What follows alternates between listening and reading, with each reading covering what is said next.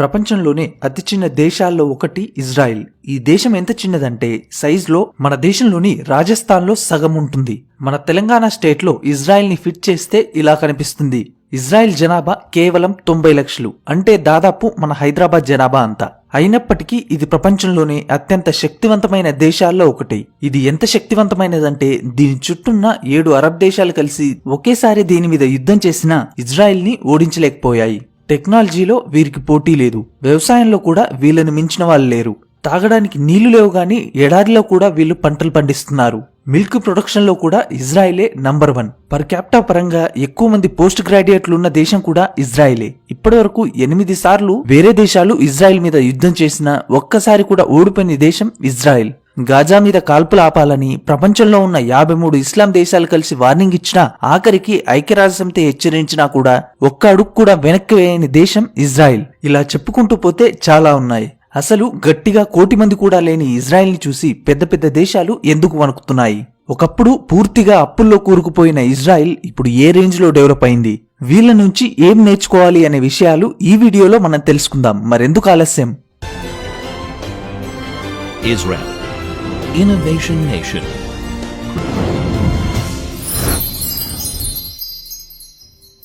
Israel పాత చరిత్రని కాసేపు పక్కన పెడితే 1948లో అంటే మనకు స్వాతంత్రం వచ్చిన 9 నెలల తర్వాత ఇజ్రాయిల్ ఏర్పడింది. ఇజ్రాయిల్ కి స్వాతంత్రం వచ్చి 24 గంటలు కాకముందే పక్కనే ఉన్న 9 అరబ్ దేశాలు ఇజ్రాయిల్ మీద యుద్ధాన్ని స్టార్ట్ చేశాయి. అప్పుడు ఇజ్రాయిల్ జనాభా 5 లక్షలు, శత్రు దేశాల జనాభా 6 కోట్లు. ఇజ్రాయిల్ కన్నా 120 రెట్లు ఎక్కువ. ఆ యుద్ధంలో ఏ దేశం కూడా ఇజ్రాయిల్ కి సపోర్ట్ చేయలేదు, ఆఖరికి మనం కూడా. ఇజ్రాయిల్ ఒంటరిగా పోరాడింది, గెలిచింది. అరబ్ దేశాలు ఓడిపోయాయి. ఆ తర్వాత 7 సార్లు ఇజ్రాయిల్ మీద యుద్ధాలు జరిగాయి. యుద్ధం జరిగిన ప్రతిసారి ఇజ్రాయిలే గెలిచింది. ఇప్పటి వరకు ఒక్కసారి కూడా ఇది ఓడిపోలేదు. 1989 నుంచి ఒక్క పాలస్తీనా వాళ్ళు మాత్రమే 170 సార్లు ఇజ్రాయెల్ మీద దాడులు చేశారు. ఎప్పుడు ఎవడెటాక్ చేస్తాడో తెలీదు, చుట్టూ శత్రువులే. ప్రతి 10 సంవత్సరాలకోసారి ఖచ్చితంగా యుద్ధం చేయాల్సిన పరిస్థితి. ఇలాంటి పరిస్థితులున్న ఒక దేశం మహా అయితే ఏం డెవలప్ అవుతుంది కదా? ఈ వీడియోని పూర్తిగా చూడండి. ఇజ్రాయిల్ అంటే ఏంటో, ఇజ్రాయిల్ ఏ రేంజ్ లో డెవలప్ అయిందో మీకే తెలుస్తుంది. సైన్స్ అండ్ ఎడ్యుకేషన్ గురించి మాట్లాడే ముందు ఇజ్రాయిల్లో 99% అందరూ చదువుకున్న వాళ్లే. వీళ్ళ చదువులు మనలాగా బట్టి చదువులు కాదు. 1960 నుంచి ఇప్పటి వరకు ఇజ్రాయెల్ కి చెందిన 13 మందికి నోబెల్ ప్రైజ్ వచ్చింది. 120 కోట్ల జనాభా ఉన్న మన దేశం 1930 తర్వాత ఇప్పటి వరకు సైన్స్ లో ఒక్క నోబెల్ ప్రైజ్ కూడా పొందలేకపోయింది. కానీ 2004 నుంచి ఇప్పటి వరకు ఒక్క సైన్స్ లోనే ఇజ్రాయెల్ కు 6 నోబెల్ ప్రైజులు వచ్చాయి. అన్ని అరబ్ దేశాలు కలిసి సంపాదించిన నోబెల్ ప్రైజ్ల కన్నా ఈ చిన్న దేశం ఇజ్రాయెల్ సంపాదించిన నోబెల్ ప్రైజ్లే ఎక్కువ. అంతేకాదు, వరల్డ్ లోని టాప్ 100 యూనివర్సిటీస్ లో ఇజ్రాయెల్ కి చెందిన 3 యూనివర్సిటీస్ ఉన్నాయి. ఇజ్రాయెల్ కన్నా 150 రెట్లు పెద్దదైన మన దేశం నుంచి ఒక్క యూనివర్సిటీ కూడా టాప్ 100 లో లేదు. అంతేకాదు, సొంతంగా ఉపగ్రహాల్ని తయారు చేసి స్పేస్ లోకి పంపే టెక్నాలజీ ఈ ప్రపంచంలో కేవలం 10 దేశాలకు మాత్రమే ఉంది. అందులో ఇజ్రాయెల్ ఒకటి. 1988 నుంచి ఇప్పటి వరకు ఇజ్రాయిల్ 13 ఉపగ్రహాల్ని స్పేస్ లోకి పంపించింది. ఆఖరికి మనం కూడా రీసాట్ 2 అనే స్పై శాటిలైట్ ని ఇజ్రాయిల్ నుంచే కొనుక్కొని స్పేస్ లోకి పంపించాం. దీన్నే ఇప్పుడు శత్రు దేశాల మీద నిఘా ఉంచడానికి యూజ్ చేస్తున్నాం. స్కూల్ పిల్లలు తయారు చేసిన శాటిలైట్ ని స్పేస్ లోకి లాంచ్ చేసిన ఫస్ట్ కంట్రీ కూడా ఇజ్రాయిలే. అమెరికాలో ప్రతి 10,000 మందికి 85 మంది సైంటిస్టులు, ఇంజనీర్లుంటే జపాన్ లో ప్రతి 10,000 మందికి 83 మంది సైంటిస్టులు, ఇంజనీర్లున్నారు. అదే ఇజ్రాయిల్లో ప్రతి 10,000 మందికి 140 మంది సైంటిస్టులు, ఇంజనీర్లున్నారు. దీన్ని బట్టే అర్థం చేసుకోవచ్చు ఇజ్రాయిల్ యొక్క ఎడ్యుకేషన్ సిస్టమ్ ఎంత స్ట్రాంగ్ గా ఉందో. దీనికి మెయిన్ రీజన్ ఇజ్రాయిల్ గవర్నమెంట్. 1950-60లోనే వీళ్లు తమ బడ్జెట్ లో 30% స్కూల్స్ మరియు యూనివర్సిటీస్ డెవలప్ చేయడానికి ఖర్చు చేశారు. Next, Israel agriculture. ఇజ్రాయిల్లో ఉన్న 66% ల్యాండ్ అంతా ఎడారి. ఇక్కడ వర్షాలు కూడా చాలా తక్కువ. తాగడానికి కూడా వీళ్ళ దగ్గర నీళ్లు లేక పక్కనే ఉన్న సముద్రం నుంచి పైప్లేసి తీసుకొచ్చిన సాల్ట్ వాటర్ నుంచి సాల్ట్ ని తీసేసి యూజ్ చేస్తున్నారు. తాగడానికే నీళ్లు లేవు, వీళ్ళు వ్యవసాయం ఏం చేస్తారు అని అనుకోకండి. ఇజ్రాయిల్లోని ఇండ్లలో వాడే 60% వాటర్, ఇండస్ట్రీస్ లో వాడే 85% వాటర్ ఇలా సముద్రం నీటి నుంచి డిసాలినేషన్ ద్వారా తయారు చేసిందే. వాడిన మురికి నీటిని 20% రీసైకిల్ చేయడమే చాలా కష్టం. అలాంటిది ఇజ్రాయిల్ 97% డ్రైనేజ్ వాటర్ ని ప్యూరిఫై చేసి అదే వాటర్ తో వాళ్ళ దేశంలోని సగం వ్యవసాయానికి నీళ్లందిస్తుంది. అంటే స్నానాలు చేసి ప్లేట్లు కడిగిన నీళ్లతోనే వీళ్ళు పంటలు పండిస్తున్నారన్నమాట. ఇజ్రాయెల్ వ్యవసాయానికి యూజ్ చేస్తున్న నీళ్లలో 55% నీళ్లు ఇలా డ్రైనేజ్ వాటర్ నుంచి ఫిల్టర్ అయి వచ్చినవే. మనమేమో డ్రైనేజ్ వాటర్ ని గలీజ్ నీళ్లని నదుల్లోకి వదిలేసి ఉన్న నదుల్ని కూడా గలీజ్ చేస్తున్నాం. వీళ్ళేమో అదే గలీజ్ నీళ్లని ప్యూరిఫై చేసి అద్భుతమైన పంటల్ని పండిస్తున్నారు. మరో మెయిన్ విషయం ఏంటంటే వీళ్ళకి కావాల్సిన 90% ఆహార పదార్థాల్ని వీళ్ళే సొంతగా పండించుకుంటున్నారు. వీళ్ళు పండించే దాంట్లో 45% కూరగాయలు, పండ్లే. అంతేకాదు యుఎస్, యూకే లాంటి డెవలప్డ్ కంట్రీస్ లో కూడా 30% వాటర్ లీకేజీల వల్ల వేస్ట్ అవుతుంది. కానీ ఇజ్రాయిల్లో 7% వాటర్ మాత్రమే లీకేజీల వల్ల వేస్ట్ అవుతుంది. నీటిని ఎంత బాగా వాడుకోవాలో ఇజ్రాయెల్ కి తెలిసినంతగా వేరే ఏ దేశానికి తెలియదు. అందుకే నీటిని రీసైక్లింగ్ చేసే దేశాల్లో ఇజ్రాయెలే ప్రపంచంలో నంబర్ 1. డ్రిప్ ఇరిగేషన్ సిస్టమ్ ని కనిపెట్టింది కూడా వీళ్లే. ఈ సిస్టమ్ ద్వారా వీళ్లు 70% తక్కువ వాటర్ తో పంటల్ని పండిస్తున్నారు. లాస్ట్ 40 సంవత్సరాల్లో నీటి వినియోగంలో ఎలాంటి మార్పు లేకుండా జీడీపీలో 300% డెవలప్ అయిన ఒకే ఒక్క దేశం ఇజ్రాయెల్. ఒక్కసారి ఈ గ్రాఫ్ ని చూస్తే మీకే క్లియర్ గా అర్థమవుతుంది. ఇజ్రాయెల్ వ్యవసాయం కోసం 1986లో ఎంత నీటినైతే యూజ్ చేసేదో ఇప్పుడు అంతే నీటిని యూజ్ చేస్తుంది. కానీ దిగుబడి మాత్రం 40% పెరిగింది. అంతేకాదు ప్రపంచంలోని అత్యధిక పాల దిగుబడి ఇచ్చే ఆవులు ఇజ్రాయెల్లోనే ఉన్నాయి. ఒక ఇజ్రాయెల్ ఆవు సంవత్సరానికి యావరేజ్ గా 12,000 కేజీల మిల్క్ ని ప్రొడ్యూస్ చేస్తుంది. ఇది ఆస్ట్రేలియా లాంటి డెవలప్డ్ దేశాల కన్నా డబుల్. ప్రపంచవ్యాప్తంగా హెక్టార్కి యావరేజ్ గా 50 టన్నుల టమాటా పండుతుంది. కానీ ఇజ్రాయెల్ గ్రీన్ హౌస్లో హెక్టార్కి 300 టన్నుల టమాటాని పండిస్తుంది. ఒక చిన్న దేశం, ఉన్నదంతా ఎడారే, తాగడానికి కూడా నీళ్లు లేవు. ఇలాంటి పరిస్థితుల్లో కూడా ఇజ్రాయెల్ ప్రపంచానికి వ్యవసాయం అంటే ఎలా చేయాలో చూపిస్తుంది. Next Israel defence sector. చుట్టూ ఇంతమంది శత్రువులున్నా ఇజ్రాయెల్ ని టచ్ చేయాలంటే భయపడతారు. దానికి కారణం ఇజ్రాయెల్ ఆర్మీ. ఇజ్రాయెల్ ప్రపంచంలోనే 100వ అతి చిన్న దేశం. కానీ వీళ్ళ ఎయిర్ ఫోర్స్ ప్రపంచంలోనే 9వ శక్తివంతమైనది. ప్రపంచంలోనే వేగంగా నిర్ణయాలు తీసుకోగల ఆర్మీ ఇజ్రాయెల్ ఆర్మీ. దేశం మొత్తం కవర్ చేయగలిగే యాంటీ బాలిస్టిక్స్ డిఫెన్స్ సిస్టమ్ ఉన్న ఒకే ఒక్క దేశం ఇజ్రాయెల్ మాత్రమే. అంటే ఎవరైనా ఇజ్రాయెల్ మీద రాకెట్ ని వదిలితే ఈ యాంటీ బాలిస్టిక్ డిఫెన్స్ సిస్టమ్ ఆ రాకెట్ ని గాల్లోనే పేల్చేస్తుంది. వీళ్ళు తయారు చేసిన ఐరన్ డోమ్ ప్రపంచానికి ఇజ్రాయెల్ సత్తా ఏంటో చూపించింది. వీళ్ళకి కావలసిన ఆయుధాలు తయారు చేసుకోవడమే కాకుండా తయారు చేసిన దాంట్లో 80% ఆయుధాలని వేరే దేశాలకు అమ్ముతున్నారు. ఒక్క 2020లోనే ఇజ్రాయెల్ 59,000 కోట్ల విలువైన ఆయుధాలని వేరే దేశాలకు అమ్మింది. 130 కోట్ల జనాభా ఉన్న మనం ఆయుధాలని ఎక్స్పోర్ట్ చేసే దేశాల లిస్టులో 23వ ప్లేస్ లో ఉంటే కేవలం 90 లక్షల జనాభా ఉన్న ఇజ్రాయెల్ ఈ లిస్టులో 8వ ప్లేస్ లో ఉంది. ప్రస్తుతం ఇజ్రాయెల్ 16 దేశాలకి ఆయుధాలను ఎక్స్పోర్ట్ చేస్తుంది.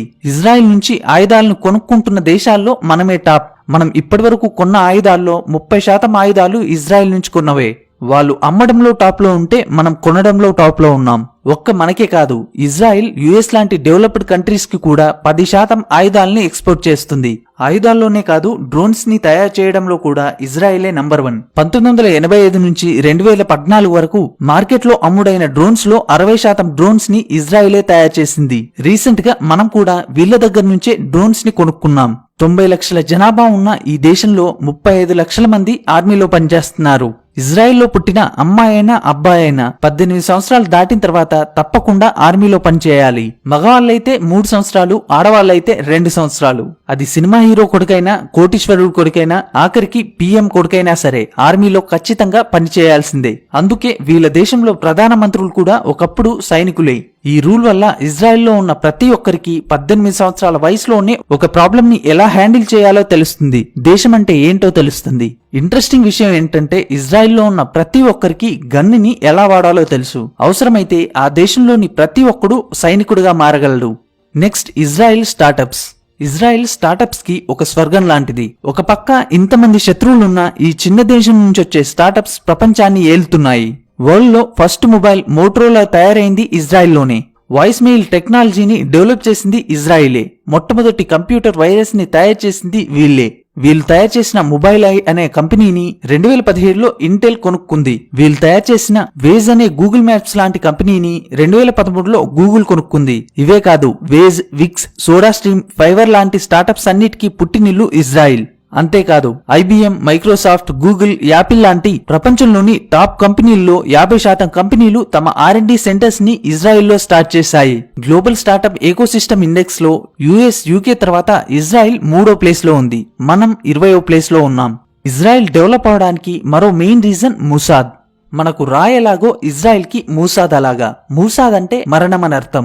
ఇజ్రాయెల్ కి మోసం చేయాలనుకున్న ఎవ్వరిని ఈ మూసాద్ వదిలిపెట్టదు. ప్రపంచంలోని టాప్ 5 గూఢచార సంస్థల్లో మూసాద్ ఒకటి. ఇజ్రాయెల్ కి ద్రోహం చేసిన వాళ్ళు ఎవరైనా సరే, వాళ్ళు ఏ దేశంలో దాక్కున్నా సరే, ఈ మూసాద్ వాళ్ళని వెతికి మరీ చంపుతుంది. వీళ్ళు చేసిన ఒక్కో ఆపరేషన్ ముందు జేమ్స్ బాండ్ సినిమాలు కూడా పనికిరావు. 1960లో వేలాది మంది యూదుల చావుకు కారణమైన అడాల్ఫ్ హిచ్మెన్ అనే వ్యక్తి అర్జెంటీనాలో దాక్కుంటే మూసాద్ అతన్ని వెతికి పట్టుకుని తిరిగి ఇజ్రాయెల్ కి తీసుకొచ్చి చంపేసింది. 1972లో 11 మంది ఇజ్రాయెల్ ఒలింపిక్ ప్లేయర్స్ ని పాలస్తీనా ఉగ్రవాదులు చంపేస్తే అందుకు కారణమైన ప్రతి ఒక్కరిని వెతికి చంపింది మూసాద్. 1976లో 94 మంది ఇజ్రాయెల్ ప్రయాణికులున్న విమానాన్ని టెర్రరిస్టులు హైజాక్ చేస్తే 90 నిమిషాల కంటే తక్కువ టైంలో ఇజ్రాయెల్ ఆర్మీ వాళ్ళని రక్షించడానికి మెయిన్ రీజన్ మూసాదే. రీసెంట్ గా ఇరాన్ కి చెందిన న్యూక్లియర్ సైంటిస్ట్ ఫక్రీజాదేను అతని భార్యని జస్ట్ 3 నిమిషాల్లోనే రిమోట్ కంట్రోల్ గన్ని యూజ్ చేసి చంపింది మూసాదే. ఇలా ఒకటి కాదు, రెండు కాదు, ఇజ్రాయెల్ దేశానికి ఎప్పుడు సమస్య వచ్చినా దాన్ని క్లియర్ చేయడంలో మూసాద్ ముందుంటుంది. అందుకే మూసాద్ వరల్డ్ లోనే టాప్ 5 గూఢచార సంస్థల్లో ఒకటి. Last, Israel cyber security. ఈ చిన్న దేశంలో ఇప్పుడు దాదాపు 500కు పైగా సైబర్ సెక్యూరిటీ కంపెనీలున్నాయి. ఈ ప్రపంచంలో 7,000 కోట్ల కన్నా ఎక్కువ విలువ చేసే సైబర్ సెక్యూరిటీ కంపెనీలు కొన్నే ఉన్నాయి. ఆ కొన్నింటిలో 33% కంపెనీలు ఇజ్రాయెల్లోనే ఉన్నాయి. ఇజ్రాయెల్ ప్రతి సంవత్సరం 70,000 కోట్ల విలువైన సైబర్ సెక్యూరిటీ సొల్యూషన్స్ ని వేరే దేశాలకి అమ్ముతుంది. ప్రపంచంలో సైబర్ సెక్యూరిటీ కోసం ఖర్చు చేసే ప్రతి 100 రూపాయల్లో 40 రూపాయలు ఇజ్రాయెల్ కంపెనీలకే వెళ్తాయి. ఇజ్రాయెల్ ఇలా సైబర్ ప్రపంచంలో కింగ్ లా మారడానికి మెయిన్ రీజన్ ఇక్కడ హై స్కూల్లో కూడా సైబర్ సెక్యూరిటీని ఒక ఆప్షనల్ సబ్జెక్ట్ గా ఉంచుతున్నారు. ఈ దేశంలోని చాలా యూనివర్సిటీస్ అండర్ గ్రాడ్యుయేషన్ లోనే ఇంటర్నెట్ సైబర్ సెక్యూరిటీ కోర్సులని ఆఫర్ చేస్తున్నాయి. ఈ ప్రపంచంలోనే సైబర్ సెక్యూరిటీలో పిహెచ్డి ఇచ్చిన మొట్టమొదటి దేశం ఇజ్రాయెల్. కేవలం వీటిలోనే కాదు, ఇజ్రాయెల్ ని మన దేశంతో పోల్చింది కేవలం మీకు అర్థం కావడానికి మాత్రమే. దీన్ని తప్పుగా తీసుకోవద్దు. ఒక చిన్న దేశం, మనకన్నా 150 రెట్లు చిన్న దేశం, మన హైదరాబాద్ అంత జనాభా కూడా లేని దేశం, చుట్టూ శత్రువులే, ప్రతి 10 సంవత్సరాలకోసారి ఏదో ఒక యుద్ధం చేయాల్సిన పరిస్థితి. అయినా వీళ్ళు ఏ రోజు భయపడలేదు. అప్పుడు ఇప్పుడు ఎప్పుడు వీళ్ళు ఓటమిని ఒప్పుకోలేదు. ఎడారిలో కూడా వ్యవసాయం ఎలా చేయాలో వీళ్ళు ప్రపంచానికి నేర్పిస్తున్నారు. డెవలప్ అయిన దేశాలకు కూడా టెక్నాలజీ అంటే ఏంటో చూపిస్తున్నారు. బ్యాడ్ లక్ ఏంటంటే ఇప్పటికీ 24 దేశాలు ఇజ్రాయెల్ ని ఒక దేశంగా ఒప్పుకోవట్లేదు. మొదట్లో మనం కూడా ఒప్పుకోలేదు. 1947లో ఇజ్రాయెల్ దేశానికి వ్యతిరేకంగా UN లో ఓట్ చేసిన వాళ్ళలో మనం కూడా ఉన్నాం. పోనీ ఇజ్రాయెల్ ఒక దేశమైన తర్వాత అయినా మనం దాన్ని గుర్తించామా అంటే అదీ లేదు. ఇజ్రాయెల్ ని ఒక స్వతంత్ర దేశంగా గుర్తించడానికి మనకు 2.5 ఏళ్ల టైం పట్టింది. ఇజ్రాయెల్ ఒక యూదుల దేశమని, అక్కడికెళ్తే మన దేశంలో ఉన్నటువంటి ముస్లిం మైనారిటీల ఓట్లు పోతాయని మన దేశానికి చెందిన ఏ ప్రధాని కూడా 70 సంవత్సరాల వరకు ఇజ్రాయెల్లో కాలు కూడా పెట్టలేదు. రీసెంట్ గా మోడీ గారు అక్కడికి వెళ్లడం జరిగింది. ఇజ్రాయెల్లో పర్యటించిన మొట్టమొదటి PM మన మోడీ గారే. ఇజ్రాయెల్ వేరే దేశాలకు ఏం చేసింది అనే దాన్ని పక్కన పెడితే మనకు మాత్రం చాలా హెల్ప్ చేసింది. 1962 చైనా వార్ టైంలో చైనా గురించి మనకు కీలకమైన ఇన్ఫర్మేషన్ ని ఇచ్చింది ఇజ్రాయెలే. 1971, 1999 వార్ టైంలో మనకు అవసరమైన ఆయుధాల్ని వెంటనే సప్లై చేసిన దేశం ఇజ్రాయెల్. నా వరకు మన దేశానికి ఎవరైనా మంచి ఫ్రెండ్ ఉన్నారంటే అది ఇజ్రాయిలే. ఇప్పుడు ఈ రెండు దేశాల మధ్య ఉన్న ఫ్రెండ్షిప్ ఎప్పటికీ ఇలాగే ఉండాలని కోరుకుంటూ మీ ఫ్యాక్ట్స్ ఫర్ యూ. ఈ వీడియో ద్వారా మీరు ఇజ్రాయెల్ కి సంబంధించిన కొన్ని ఇంట్రెస్టింగ్ విషయాలను తెలుసుకున్నారని ఆశిస్తున్నాను. ఈ వీడియో కనుక మీకు నచ్చినట్టయితే లైక్ చేయండి, షేర్ చేయండి, కామెంట్ చేయడం మాత్రం మర్చిపోకండి. అలాగే మన ఛానల్ కి ఒక ఇన్స్టాగ్రామ్ పేజ్ ఉంది. ఆ పేజీకి సంబంధించిన లింక్ వీడియో కింద డిస్క్రిప్షన్ లో ఇవ్వడం జరిగింది. ఇంట్రెస్ట్ ఉన్న వాళ్ళు వెళ్లి ఫాలో అవ్వండి.